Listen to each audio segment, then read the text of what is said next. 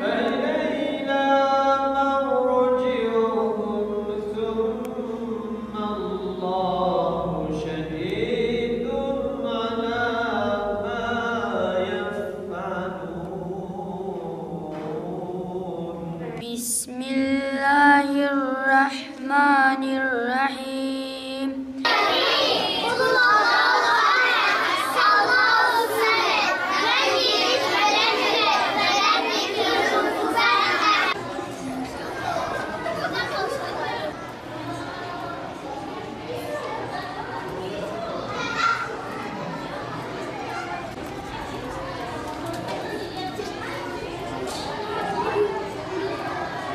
Lin harfinden sonra sütun gelirse, sütun dediğimiz şey neydi peki? Ve cezimli olarak gelen ha ve ya harfleridir.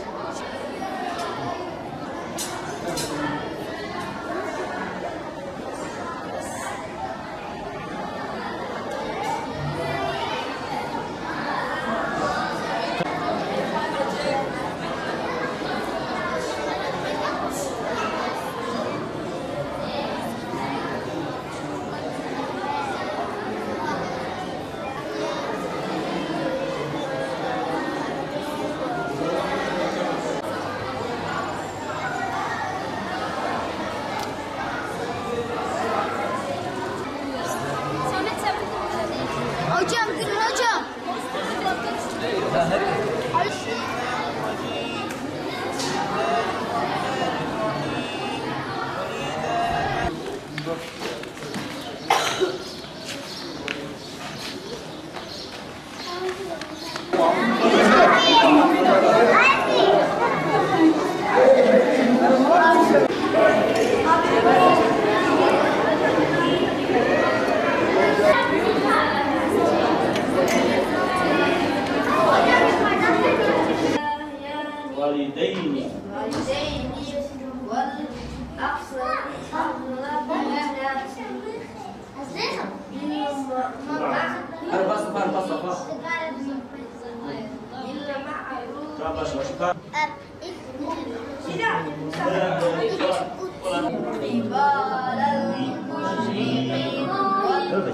والدين ولا تجعلني مع القوم الظالمين.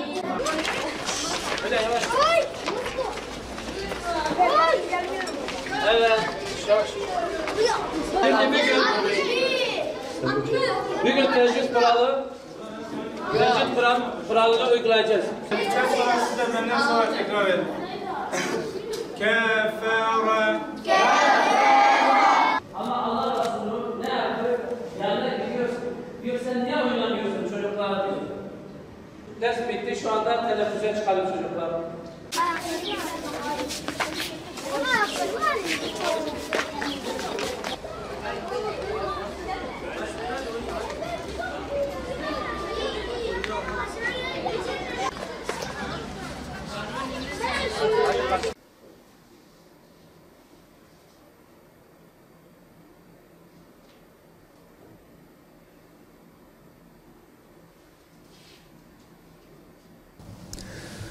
Uzun ve yorucu bir eğitim öğretim yılının ardından yaz tatili dönemine girmiş bulunuyoruz. Yorucu bir seneyi geride bırakan çocuklarımız için bu tatil sürecini nasıl değerlendirmeliyiz diye düşünen velilerimize, anne babalarımıza tavsiye babından diyoruz ki, sevgili anneler ve babalar, çocuklarımız açısından bu süreci en güzel değerlendirebilmenin yolu onların camilerle olan bağlarını kuvvetlendirmekten geçer. Aksi takdirde televizyon, telefon, sanal oyunlarla ruh ve zihin dünyaları daha fazla yara alacak ve gelişimleri olumsuz şekilde etkilenecektir.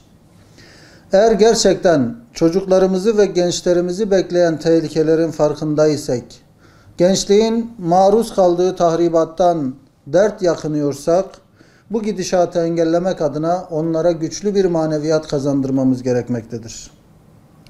O halde çocuklarımızın erken yaşlarda namazı ve Kur'an'ı öğrenmesi, güzel arkadaşlıklar edinmesi için onları yaz dönemini en verimli bir şekilde değerlendirebilecekleri camilerle buluşturmak için çaba sarf etmeliyiz.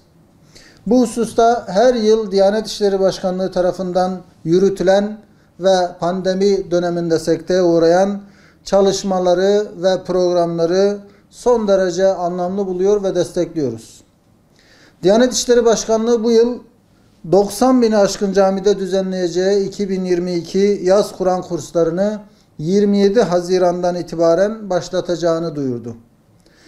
İtikat, ibadet, siyer ve ahlak derslerinden oluşan dini bilgiler eğitimiyle Kur'an-ı Kerim eğitiminin yanı sıra birçok sosyal etkinliğin de gerçekleştirileceği bu kurslar 26 Ağustos'a kadar devam edecek.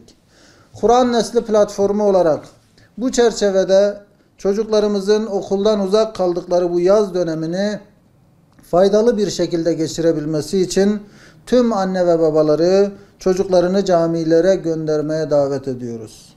Sorumluluk sahibi herkesin de bu konuda daha fazla duyarlılık göstermesi ve yürütülen çalışmaların sadece tatil dönemiyle sınırlı kalmayıp yılın tümüne yayılması ve hatta okul müfredatına dahi yerleştirilmesi için çaba sarf etmesi gerektiğine inanıyoruz ve çocuklarımızın bu yazı camilerde en güzel şekilde değerlendirmesini temenni ediyoruz.